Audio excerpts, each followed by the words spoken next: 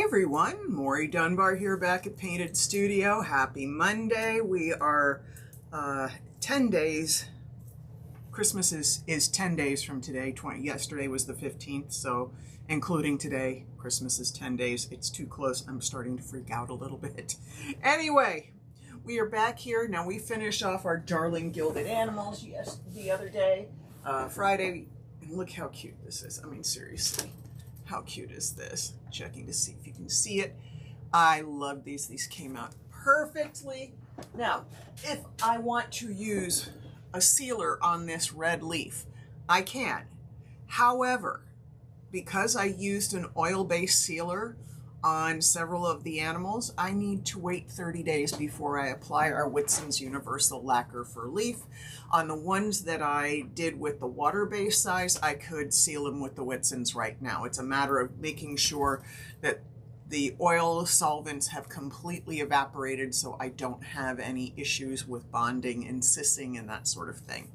So today we are going to work on the panel that I applied the gold leaf size to on Friday. It's Monday. It's been nice and warm in my studio, so we have had no additional unexplained dried spots on here. So I'm going to flip it right down and we're going to get right into it. All right, so here you go. You can see the panel. Ooh, the camera's crooked today. Not a good look. All right, so we applied 6 or 7 layers of the Whitson's gesso product, which acts sort of like a gesso and bowl. Now, normally over that, I don't recommend applying water-based gold leaf size. You can water gild it, which is a completely different animal and not what we're going to be doing, or you can oil gild on it, and that's fine. However, what I've discovered is Whitson's gesso softens slightly with a water-based size, and it stays softer. Now, that's not great on a lot of things, but it is ideal for what we're going to do here today. Now, we're going to do some punch gilding later. Punch gilding means you're stamping into the gold. Now, there's a very traditional way that this is done with gesso and bowl, and then the gold is water gilded on, which is either alcohol or gelatin used in distilled water to apply it. It's a whole different process, but I found out just by messing with it that I can do this. Now, if you look closely at my surface, and I'm going to zoom in on it. Oops, that's not the zoom. That's the wrong thing. If I zoom in here, you can see that there are brush marks and unevenness. It's not going to matter by the end, but B, I embrace that because it gives it sort of an aged look while we're working on that, and I'm okay with that. Now, let me just pull myself up on my own page here. Okay, there we go. All right, so I'm going to open the picture back up. So the first thing we're going to do is we're going to apply pure silver leaf. This is... Where's my little flap on here? I get my silver leaf from W&B Gold Leaf. They're here in Wisconsin. They manufacture their own leaf. They're just a wonderful group of people to work with. So if you haven't tried W&B, if you've only been using SEP out of New York, I highly recommend. Now, I have no issues with SEP. I use W&B for 2 reasons. Their customer service is fantastic. And they're in Wisconsin, so as somebody in Chicago, they are much closer to me, and I get things like in a day. So the next thing we're going to do is I've got a piece of the silver leaf, and as you can see from the book, from the cover here, 99.9% pure, or 0.999% pure, which is as close as pure as you can get. I'm going to take my pieces here. I'm going to cut them like this. Now, this is a gilder's knife. This is one I got many years ago. I know other people have more expensive ones, but I got this in my very first gilding kit, and it's still my favorite, my go-to. It's a little lighter. I have arthritis in my hands. Some of the bigger ones are a little tougher. I also use a much smaller gilding pad than a lot of people do. Again, I got this in my first gilding kit. It's a little easier for me to manage when I'm working on smaller surfaces and I'm on camera like this. Now, you see I have a little jar of Vaseline. You can use any white petroleum jelly. Don't use other stuff unless you know what you're getting yourself into, and I talked to other gilders before I use anything other than pure white petroleum jelly, and you put it a little bit on your arm like that. And you see it's not shiny or anything on my arm, it's just a little bit of oil. Now if you're an oily skin person, let me flip this back up for a sec. If you're an oily skin person, you can go along your jawline or along your cheek or along your forehead. There's two reasons I can't do that. One, I'm dry skin, so if I'm not wearing makeup, it wouldn't do any good. Two, I'm wearing makeup right now. So any moisturizer in there is going to be tainted with cosmetics. Cosmetics, whatever's in them could possibly cause my metals to oxidize weird, so I don't want to touch my face. I put petroleum jelly on my arm, I go like this, then I come in here, and I pick up the leaf on my tip. Now, I'm going to try to get it as close to the edge as I can. Sometimes I'm good with this, sometimes I'm not. So you can see that didn't work the way I wanted it to, so I'm going to try the other side, see if maybe it didn't break right there. Maybe I can do a little better over here. I'm kind of not wanting to get too much of the silver on the epoxy, not because it's sticky, but because it will want to easily grab onto the epoxy, and then I kind of have to work a little extra to get it off. And going in like this, let me see if I can do this and maybe mush this into the corner. Sometimes it works. This is what I'm trying to avoid right here. This is not tucked into the corner. So that means I'm going to have, and normally I don't do that with my finger, but I wanted to show you how it will have to break. Let me see if I got a brush that doesn't have red leaf on it sitting with me. Sometimes I just throw all my brushes in the dryer to knock the leaf out. So right here, and again, I'm going to zoom in where I'm working. Right here, I didn't get into the corner, so I then have to break the leaf, which means then I have to come back with more leaf. So I'm trying not to do that, but that doesn't mean I'll be successful. It's amazing how complicated I can make my own work. There.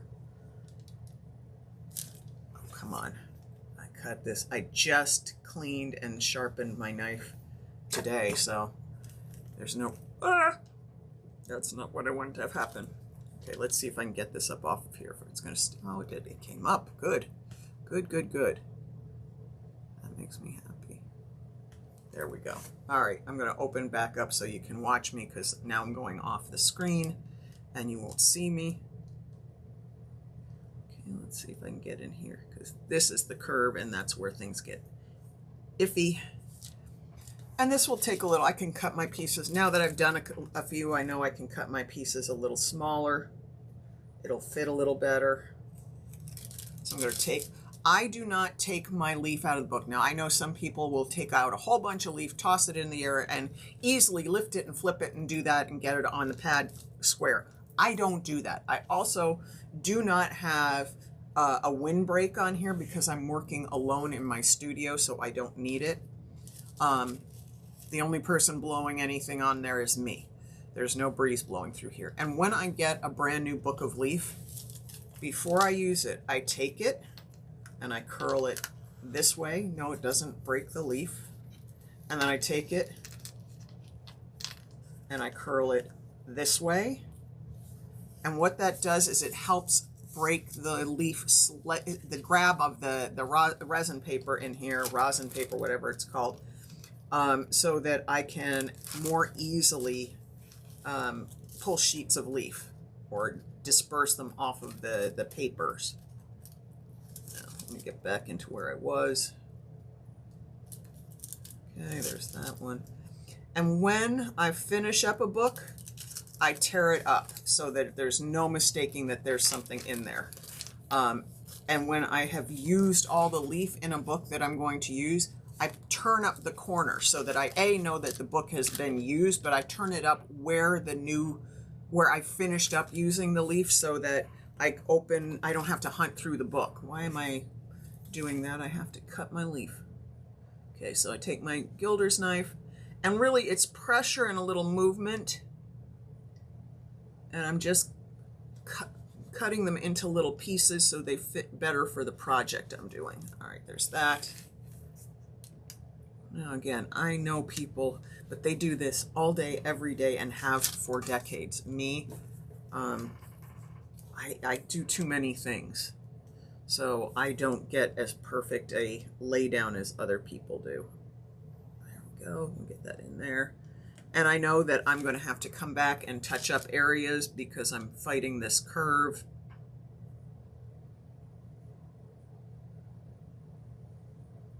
We're going to get this all done.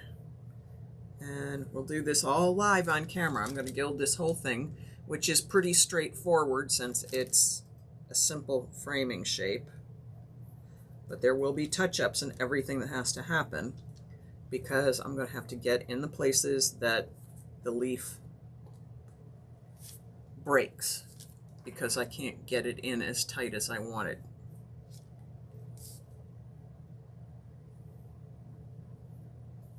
I can keep trying, but I know I'm going to have to do a little work on here. So this goes pretty fast once you're, especially on a simpler shape, it goes pretty fast. Complicated shapes, I've done whole busts and stuff like that. You've seen me do that.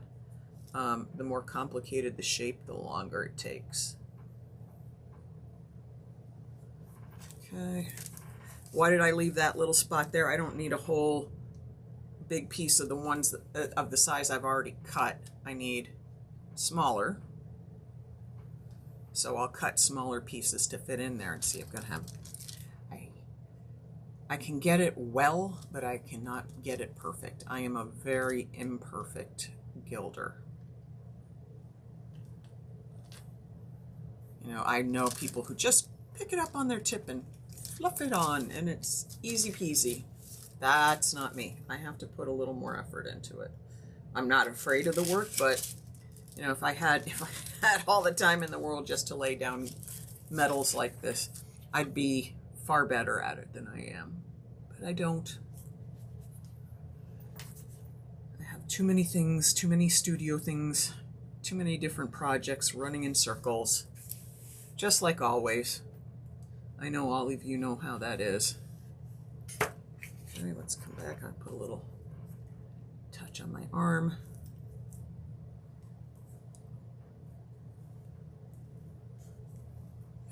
Let's come back in over here.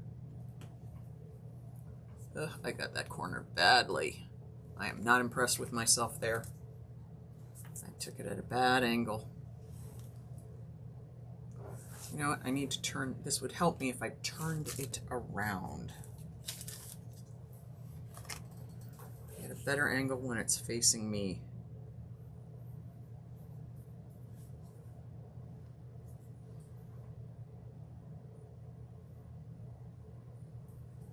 Some of my pieces might end up being a little too narrow. That's okay. I'll fix it.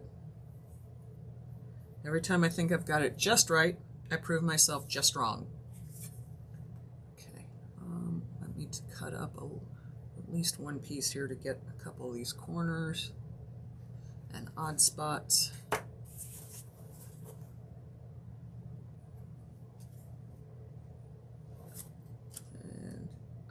For anybody wondering, you can get gilder's tips like these. This is called a gilder's tip. This is the brush that you use to lift up the metal and lay it down.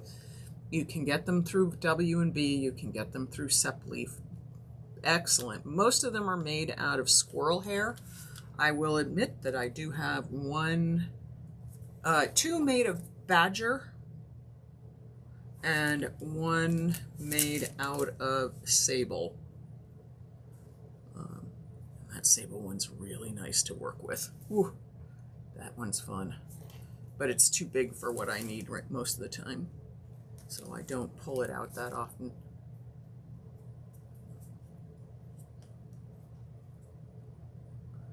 I'm usually doing something small, so I need tips like this. And again, this one is made out of squirrel hair.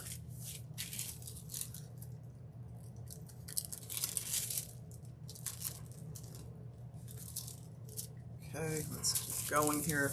We're going to get all the basics on here. I will come back then and touch up some of the other messy parts. Now that I'm going up and wrapping around the corner, I'm going to cut my pieces just a little bigger, although I did a very uneven cut right there because I did. No excuses why, I just did. So let me turn my pad around here. All right, so let's grab this, but this will wrap both this way and over here. Now I still have to get the sides of this too, so that's still a thing I got to deal with.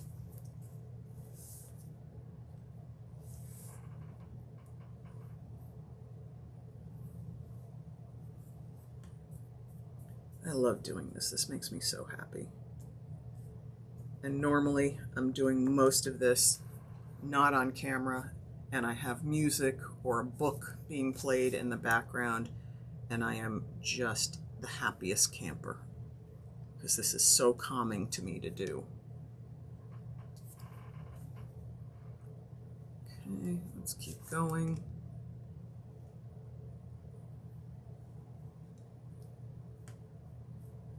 Now, as you notice, I'm lightly touching down, pushing with my tip, but that's not going to be what actually presses this down tight to the size.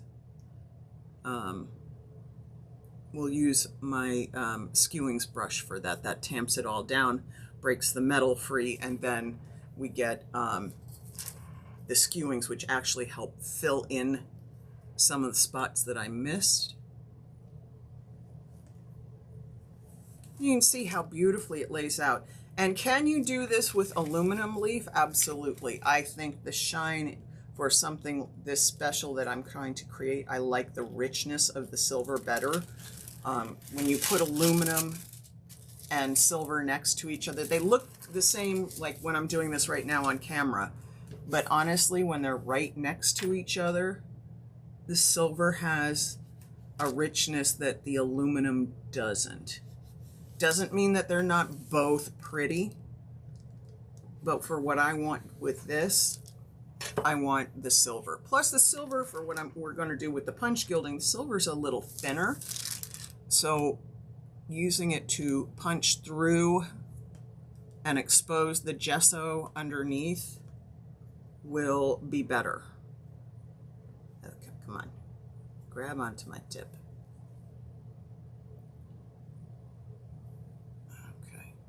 Go. So see, I'm already filling in some of those breaks that I had just by the way I'm laying the silver down.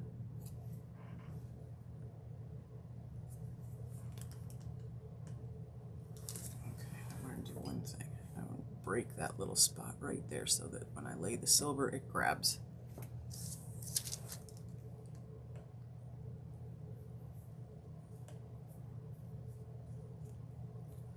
Go. This is getting to look very, very nice.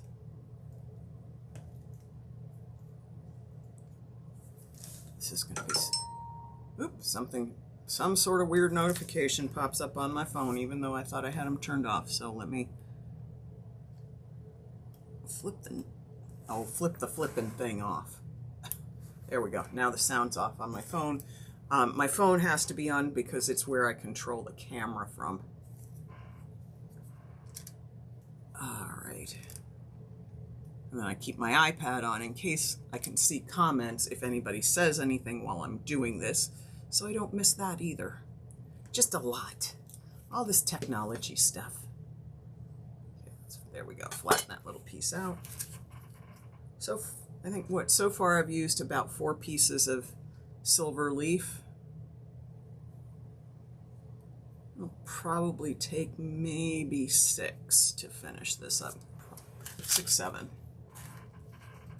This is so pretty. Okay, let me open the book up again, roll this back, put this on here. When it's straightforward like this, it's really not that hard to figure out how much leaf you're going to need. Oftentimes it's not that straightforward, and so you're just sort of hoping you get it right.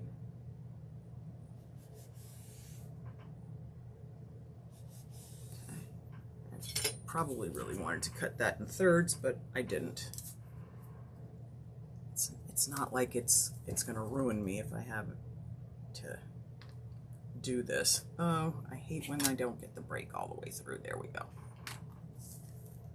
And I need to get that jar out of the way of my hand. Let's get that all tapped down in there.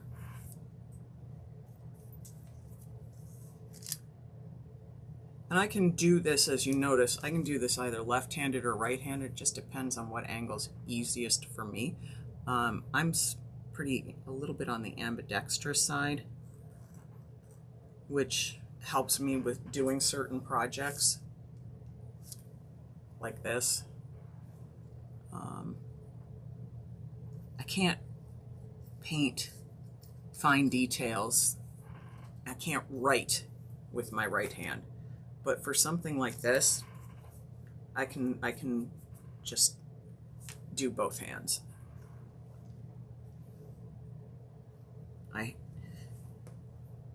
accidentally, my grandmother was ambidextrous, so it comes fairly naturally, but I also taught myself a certain amount of it when I was still doing walls, because it meant I could get up and down off of the ladder fewer times. I could use the reach of both my arms instead of having to use one hand, then move the ladder, and use one hand and move the ladder. Now my sister was so dominantly left-handed, so incredibly dominantly left-handed, she couldn't even comfortably eat a meal with her right hand. So I understand the absolute ferocity of being able to only use one hand in certain circumstances. So you can see I'm taking little pieces, and if they want to get up and grab onto the tip, for heaven's sake, and using those little pieces just to fill in some of the gaps. I have a little gap here, I have a little gap there, a little one there, so I'm just going to cut some smaller pieces and fill those spots in. So make my own life a little easier before I go along the sides.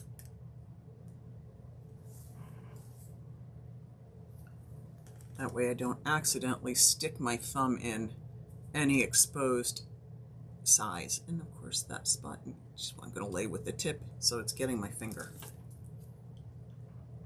Okay.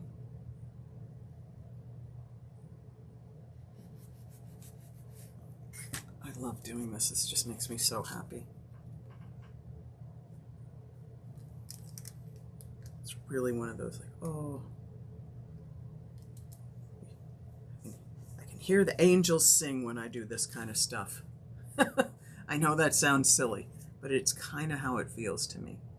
Like the heavens just opened up and let me hear something beautiful. Let me do something really beautiful. And I have had many, many, many wonderful gilding instructors over the years. Amazing teachers like Mike and Mickey Coles and Michael Gilbert, and our dearly missed Sandra Spannon and Miriam Elner and Annie Lamari. There's so many really, really fine, and Jill London. Don't let me leave Jill London out of that. So many really wonderful gilders who have taught me so much, and I'm so grateful to them. And then there's the weird stuff I decide to figure out on my own, which sometimes works, sometimes doesn't. This is one of the weird things I decided to figure out on my own. Because I've always had this love of punch gilding that's done on Italian Gothic. And I knew from the very moment I started doing this, the way I'm doing this now is absolutely not the correct traditional way. But it sure makes for a pretty result. All right, let's get another piece of silver on here, and we're going to start doing the sides.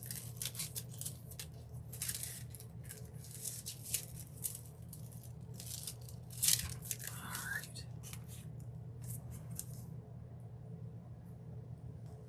Now, that I was able to move with just a little huff of air where it had folded over.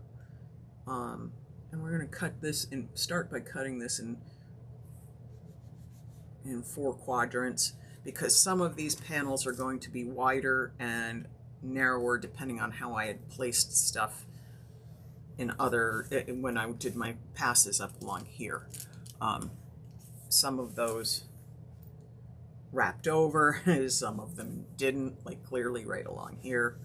So each area along the sides here, I've got really narrow stuff, so I can easily, comfortably put a smaller piece of silver on here. Now, I know you're not going to be able to see all this, and you're gonna have to work with me as I do this, because I actually do have to see what I'm doing here. And I can't pull the camera up behind me, and I can't gild without seeing. Okay, there's that.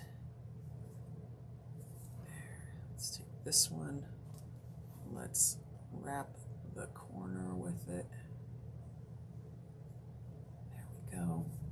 Tap, tap, tap, tap, tap, tap. Now, I'm going to turn this a little bit this way and take one of these slightly wider pieces here to, whoops, running out of moisture on my arm, to come up here. And it's going to stick and do something bad. We're just going to have to work with it. There we go. Because it flew off my tip while I was talking, and that's probably how it got blown off of there. Okay, I'm going to come up here, wrap it down and around. That's what I was trying to do. So I got that. Let's take this piece, come on, stick on there. Oh, I may need a little more Vaseline, because my arms, my skin is very, very dry, so it's really easy for me to absorb the Vaseline into my skin. Not that I don't try every day to stop having skin this dry, but it is a function. It's genetic. My mother was the same way. All the Curtis women had dry skin. Oh, come on. Come up here. Grab on. Become part of something cool. For heaven's sake. And that just laid down really badly because I'm battling the silver. It's, oh no, it's kind of, there must be something a little bit sticky right there on my pad, because that's what was catching it. Come on. Stick on there. Okay. Whew. All the drama. Okay.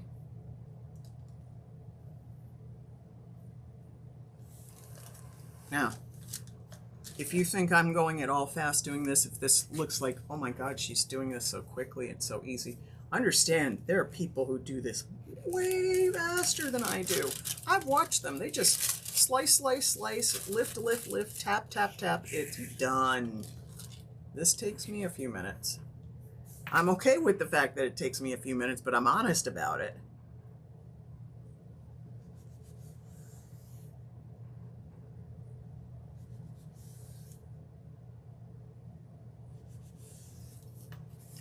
Now the reason, even though I'm struggling a little bit with my tip, that I don't want to keep constantly putting Vaseline on my arm, is very simple. If you get too much Vaseline build, ooh, I just took a big huff. If I get too much Vaseline buildup on my arm, then I get too much on my tip, and then the metal picks up on the tip and doesn't release. So you have to really be aware. Now, I have never had to wash my tips, and I think you can do that with baby soap. But that's because if I find they get too greasy, I put them, I lightly spritz a little alcohol on them and then rub them gently in this direction so I don't lose. This one's coming out. There we go. To degrease them just a little bit and then pat them between paper towels. That works for me. Now again, I don't gild every day, so there may be situations where you actually do wash your tip. Most tips, and I'm going to show this to you, most standard tips are in cardboard, and people use them for decades. I've had this one for 15 years. You can see where my hands have been on it and that it's a little dirty. This is a rare one that actually has a wood handle on it. So this one I would be a little less worried if it got a little wet. The other ones, yeah, I don't want to get wet, so that's why I clean them with the alcohol.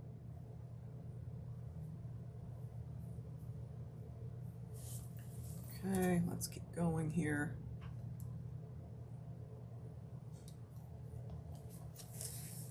We're getting there. There's still going to be a couple of spots that I'm going to need to, oops, that doesn't want to work. And normally you just don't press down on it with your fingers. I do it occasionally if I'm just testing to see what's going on. And I mean press the up here on the tip with your fingers. That's not something you normally do. Again, I do things occasionally in ways that would horrify big time gilders. I know that. I own it. But again, while gilding is an ancient and beautiful art, not everything has to be done perfectly. I need to, you know, people say, oh, but it looks so perfect. And it took some time to learn it. I wasn't good the first time. I was a freaking disaster. So just know that if you want to do this, first of all, I guarantee you can, unless you have either incredibly bad eyesight or really, really shaky hands. And even then, I still think you could probably do it. Do not sell yourself short and think you can't do something. Now, if I have more silver left than I need after I finish all of this, it just goes back here in the little booklet. But usually when I have a little extra, it ends up going to fill in gaps. So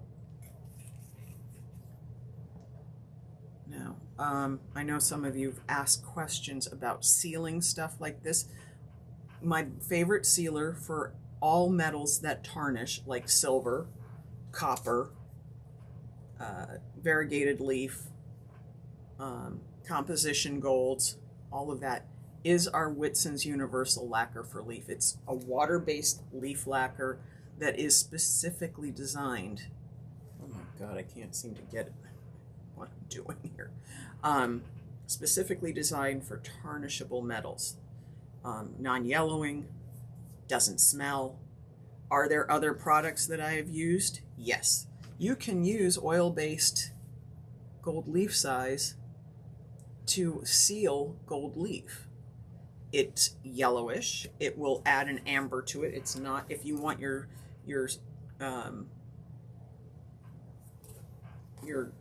silver to continue to look silver, it won't if you use it because it's amber colored to begin with. There are acrylic lacquers that are solvent based. Do they work? Yes. Do they work on things like variegated leaf and colored leaf? No, they strip the color right out of them. So that's where those are challenging. You can use shellac Shellac also strips color out of variegated leaf. So this was created to find something that could seal these highly tarnishable metals and not have them lose their color or not have them change their color. The only thing I will tell you is that if you have a pink variegated leaf, which is done on copper, it will take the pink out. You will still have a variegated leaf, but it will look orangey because copper is the most temperamental of the variegated leaves, and nothing you seal it with doesn't change that pink color out of it. So if you have variegated leaf that's pink and you want it to stay pink, you're going to have to live with the fact that over time it's going to oxidize, and just leave it unsealed. Or seal it and watch it turn orange. Those are your options with that. I know that's not what most people want to hear. Trust me, because I'm a weirdo with stuff like this, I test all that kind of stuff. Somebody tells me that, I'm like, okay, let me go find out. I did a framing class once where I took a piece that I had gilded with some colored leaf and literally tried every single top coat I ever could lay my hands on it. And I mean everything. I mean, like, furniture sealant, wax, everything. All of them changed it except for the Whitsons. I was so impressed with that. So that was a big deal to me. Now I have 2 little strips down here that I have to touch up.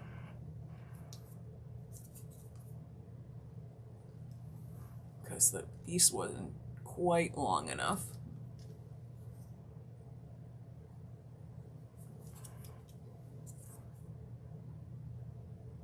So I promise you, while I am I don't call myself a chemical expert or anything on this, I just know what I have tested and what works. It's one of the reasons that we carry the Whitsons. It's because I tested all this stuff to figure it out, and that's why one of the reasons why Kate asked me to be her US distributor for the product, because she knew I'd try it on stuff she hadn't even considered. I mean, I've tested it on Japanese silver leaf. Works beautifully. Seals it up perfectly. Okay, there's a little bit there. And there's, whoops, it just fell off my tip. Okay, well, we're going to play with that with the skewings brush. I'm going to keep that one little piece aside in case there's a spot that really needs a more aggressive touch up. All right, so now I'm coming in with my skewings brush, and I'm pushing away. First, I'm pushing away from the edge here, because I'm going to break that all there. But what that also does is breaks leaf around areas that might just need a little touch up or into these edges where the cracking happened and I didn't get the leaf in tight. So the skewings are going against adhesive. So you can see I'm sort of shoving in here, taking anything that's breaking off and shoving it into those edges. Helps fill in any little divots that I left unfilled.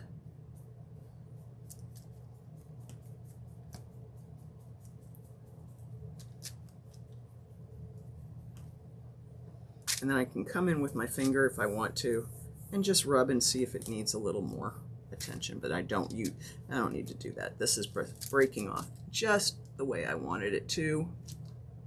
And then I'm going to come up here and I'm going to kind of break these edges off into the top so that, again, it fills any crevices that might need some attention.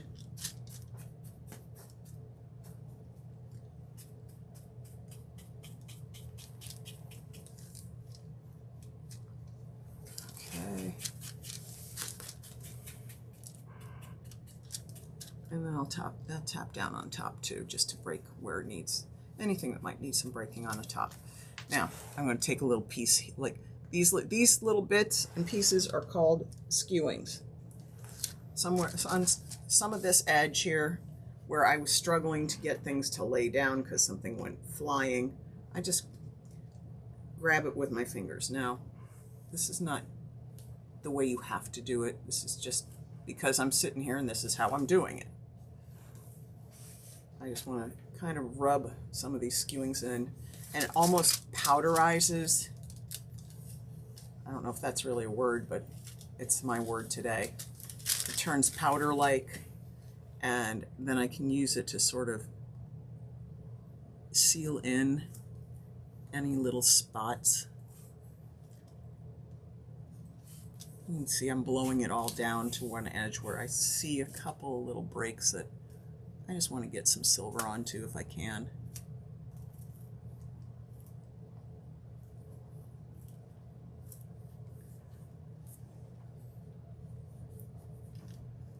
Okay, let's see if I got a little silver here.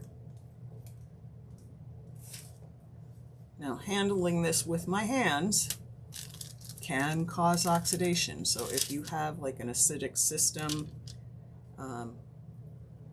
if metal tarnishes, like if you have tarnishable metal, silver tarnishes on your hands really fast and stuff, I wouldn't recommend doing what I'm doing, because that can cause your metal to oxidize and not look so pretty. But again, that's not, I have 101 problems and that's not one of them. All right, so let's come back here.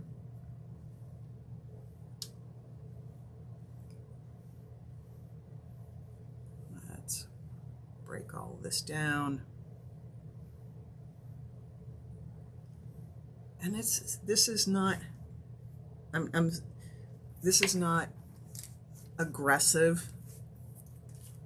This is not hard-handed. Some of, if you watch me with the red leaf, it was thicker, and I required a stiffer brush, and it was harder work for me to use a brush to break the leaf off, and it was very brittle and it flew everywhere. Metals like silver are soft, so doing this is easier. Doing this is gentler. So I'm going to take some of the skewings here. Again, I got a couple spots along here that just need a little attention.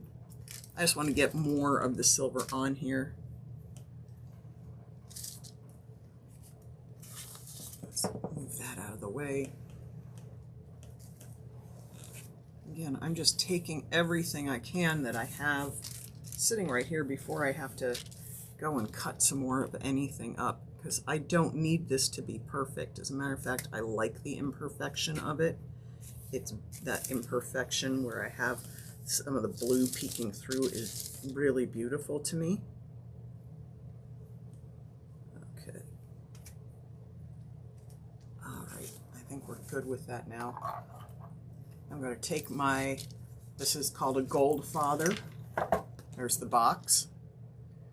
This is the coolest thing. It's a velvet pad with a sponge inside.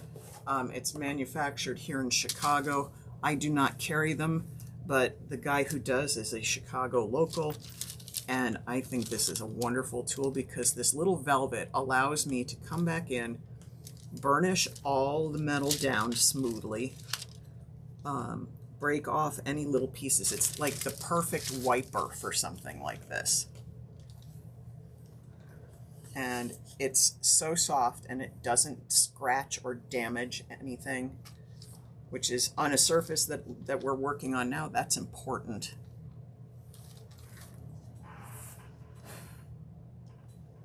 Blow some of the skewings away. Oh, I'm going to need to vacuum my studio in a big way this week between the red and the silver. The red was the big mess. It's still flying around in here. Even though I've cleaned up twice, I just haven't vacuumed because I knew I was doing this. All right, so now we have our panel and it's all gilded. Let me close my Vaseline before that gets in there. I'm gonna wipe off the extra silver. Now, normally I would save the silver skewings and make shell gold out of it, which is a grinding technique that turns your leftover leaf into a paint. It's a whole different lesson, and I am not well skilled enough in it to even begin to teach it. I had just recently learned this technique, so I'm not sharing because I'm not good enough at it, quite frankly. All right, so we've got that done. Next thing, we're going to put this one little piece of leaf back in our book. I don't waste it. Okay, then I put one sheet over it, and then I fold up the empty sheets. This is how I keep track of that the book has been opened, that how much I've used, where to find a fresh sheet in here when it's time to look for it. It makes every bit of sense, but everything then gets put back into its glassine envelope, because then it keeps, part of it is it just simply keeps the silver from tarnishing, which is a big deal. You don't want your silver to tarnish. And light white golds and very pale golds can tarnish too, because there is more tarnishable metal in there.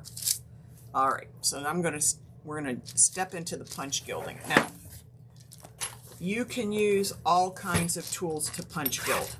Anything that will leave an impression. These are leather working tools. These are these crazy dotting tools that they have everywhere. I won't use these because, quite frankly, they're plastic and they'll end up chipping. But I have leather punches. I have all kinds of stuff. I collect things. It's not like I buy one and I'm good. I have to have a whole bunch. But these are small ones, and on the ends of each one of these little punches is often a pattern. I'm trying to see if this one has. No, this is a crescent. You won't be able to see it, but this one is a crescent moon shape. So we have all different sizes to work with. I'm going to start with, this is a new one because I've been trying to find, there's actually a place in Italy that makes them or made them. I think they're still there, but I tried emailing them and the email I have for them no longer works. So I'm hoping to do better. But these, I'm going to hold these up close. These are leather punches, and leather punches will work easily. But sometimes the design might be a little more faint because, again, they're designed to go into a very soft material. All right, let me get this open. All right, so these have these nifty designs, and let me get the stamp handle out. Let me pick my first design here. I'm going to just pick a square pattern. Sorry, my fingers don't want to work today. So here is my little square pattern, and it's really pretty. It's sort of like a damask pattern. And is there actually a piece of something in there that I have to pull out? Oh my gosh, that I didn't expect. I think they shoved these right into the styrene. There we go. I have to use a picker to get the piece of styrene out of it. Oh, come on. I got a picker in here. I can't get my fingers on it. Here we go. So, I'm going to pull that piece of styrene stuff out there. There's my handle. And this has a little ball on there, so you can just push it in and it stays on. Now, I'm going to try this in one of the corners. I'm going tight in the corners because I like to build my patterns in layers. So this is going to be annoying too. If you are noise sensitive, I'm telling you right now, turn the sound down because I am going to be using a hammer to tap on this and it gets noisy. I need to do that a little more. Some of these punches will work super, super easy. Some of them take several whacks into things. Okay, let's get that in there.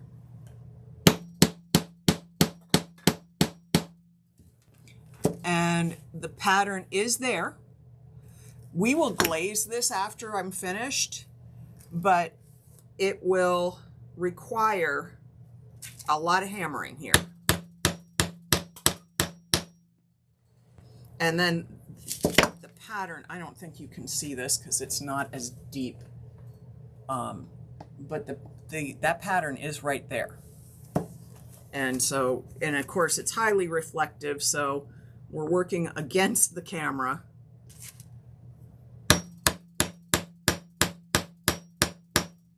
But this is going to be really pretty.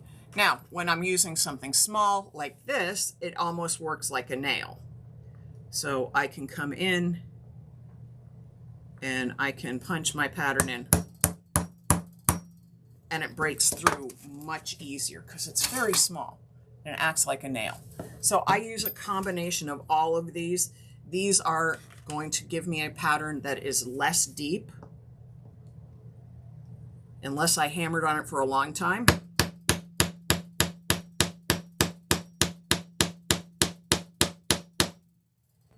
That broke it a little bit, but it's still a fainter pattern. And then we're going to apply a glaze, which will then enhance all of this patterning. So that's where we're going with this.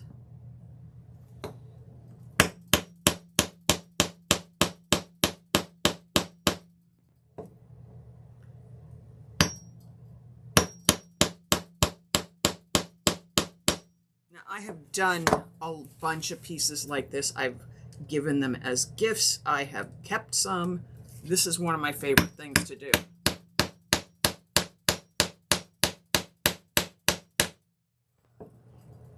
And I really do love how the pattern is really, really nice in here. Unfortunately, I don't think the camera can pick it up well. You might see a hint from what I'm looking at on here. You might see a hint of the squares right in here. But wow, it's so pretty. It's so pretty. And then once we get the glaze in, that'll really rev up the pattern. All right, let me flip this up. I'm not going to force you to listen to me hammer anymore, but I will continue using patterns from different, I mean, seriously, bag full of stuff here. I got so many patterns. So I will finish doing the pattern on this and, ooh, things flying, clean it up. Once it's done, we're going to seal it.